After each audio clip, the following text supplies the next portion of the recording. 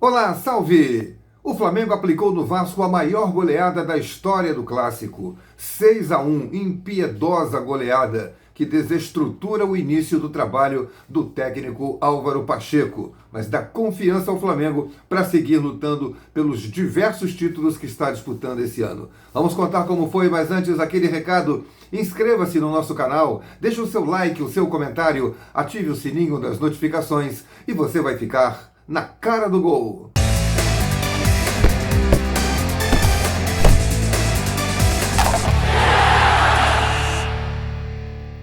Desespero da torcida do Vasco, euforia da torcida do Flamengo. Nenhuma coisa nem outra deve imperar daqui por diante.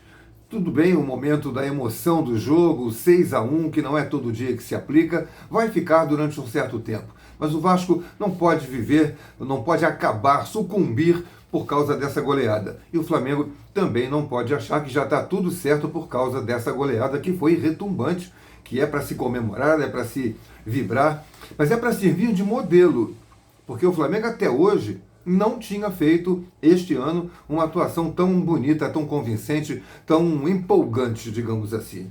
Todo mundo que joga bem, jogou bem. Todo mundo que sabe jogar no Flamengo, Arrascaeta, De La Cruz, Bruno Henrique que entrou depois, o Gabigol, até ele que entrou depois. Davi Luiz fez uma grande partida.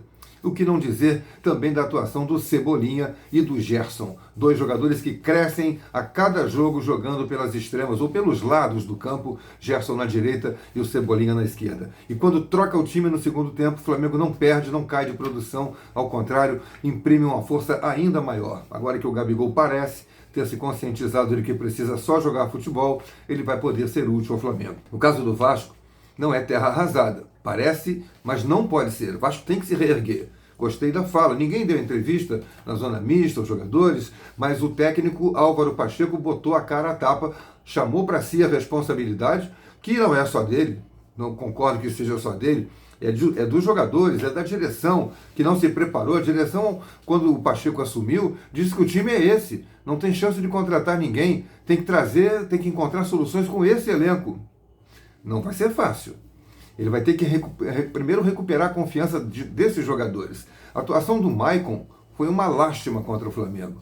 Ele perdeu as bolas no alto, perdeu as bolas embaixo, as antecipações, deu chutões a esmo para frente tentando arrumar contra-ataque, e ele vinha sendo um bom zagueiro dentro das suas limitações técnicas.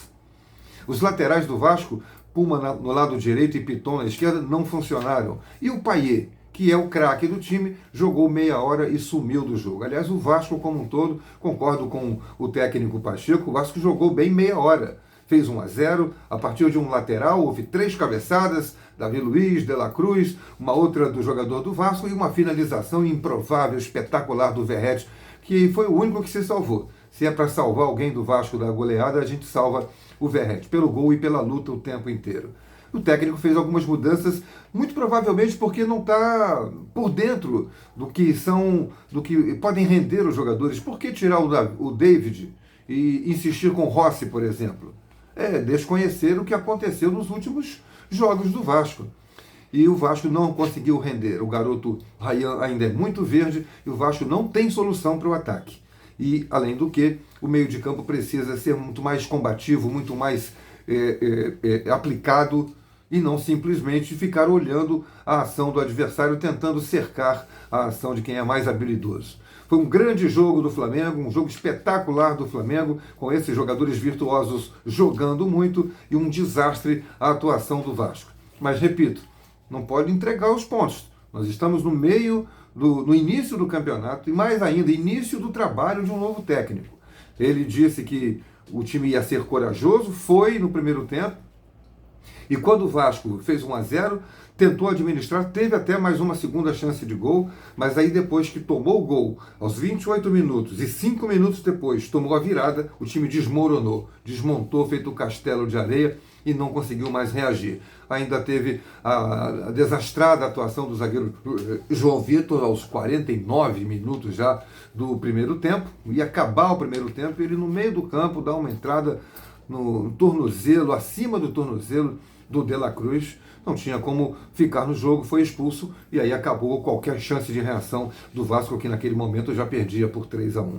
Agora é catar os cacos e tentar um soerguimento, porque tem muito campeonato pela frente, tem um ano inteiro, ou meio ano inteiro pela frente para o Vasco se reerguer. E ao Flamengo aproveitar esse momento de confiança para repetir atuações como essa. Nem sempre vai ganhar de 6-1, lógico, mas repetindo atuações como essa, conseguindo se impor ao adversário, vai com certeza brigar por todos os títulos que está disputando nesse momento.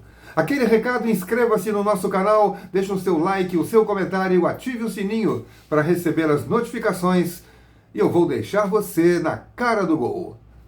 Até a próxima!